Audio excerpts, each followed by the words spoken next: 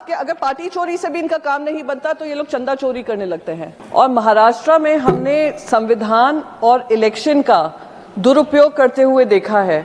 मैंने देखा है कैसे संविधान और प्रजातंत्र रूपी द्रौपदी को अपमानित किया गया और वो सारी सेंट्रल एजेंसीज ईडी हो, सीबीआई हो, इनकम टैक्स हो और इलेक्शन कमीशन हो, उन्होंने धृतराष्ट्र की भूमिका निभाई और आज भी निभाते आ रहे हैं। दुख इस बात का होता है कि हम इलेक्ट्रल रिफॉर्म्स की बात कर रहे हैं।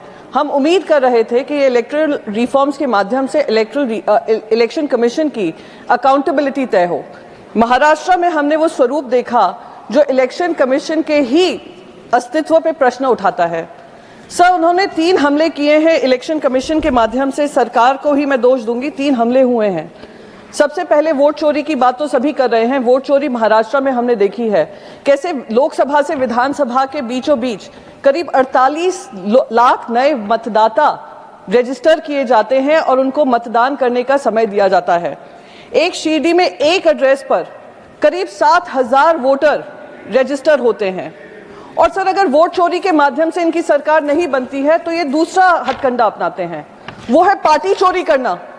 वो महाराष्ट्र में हमने देखा किस तरीके से ईडी, सीबीआई, इनकम टैक्स का दुरुपयोग कर पार्टी को तोड़ा गया और पार्टी तोड़ने के बाद वही स्टेट इलेक्शन कमिश्नर का इस्तेमाल कर स्टेट इलेक्शन कमीशन का इस्तेमाल कर पार्टी का नाम और पार्टी का सिंबल दूसरों के हवाले कर दिया गया। और आज 3 साल हो गए हैं, हम वही लड़ाई सुप्रीम कोर्ट में लड़ रहे हैं। ये लड़ाई नहीं लड़नी होती है सर, सुप्रीम कोर्ट जाने की जरूरत नहीं पड़ती अगर इलेक्शन कमीशन पुख्ता होता, पर इलेक्शन कमीशन को ही खोखला कर दिया गया है। सर, तीसरा बहुत महत्वपूर्ण बात कि अगर पार्टी चोरी से भी इनका काम नहीं बनता तो ये लोग चंदा चोरी करने लगते हैं। चंदा चोरी इस हद तक करते हैं कि इलेक्ट्रल बॉन्ड्स के माध्यम से पैसा इकट्ठा करते हैं और वो इलेक्ट्रल बॉन्ड्स के माध्यम से क्विड प्रो को होता है।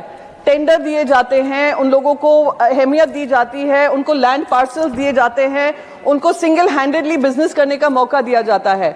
और अगर वो विपक्ष को पैसा दे दें, वही कंपनीज विपक्ष को पैसा दे दे इलेक्ट्रल बॉन्ड्स के माध्यम से, तो उनके ऊपर ईडी, सीबीआई, इनकम टैक्स छोड़ दिया जाता है। सर, यही आज देश की हकीकत है, इसी की लड़ाई हम लड़ रहे हैं।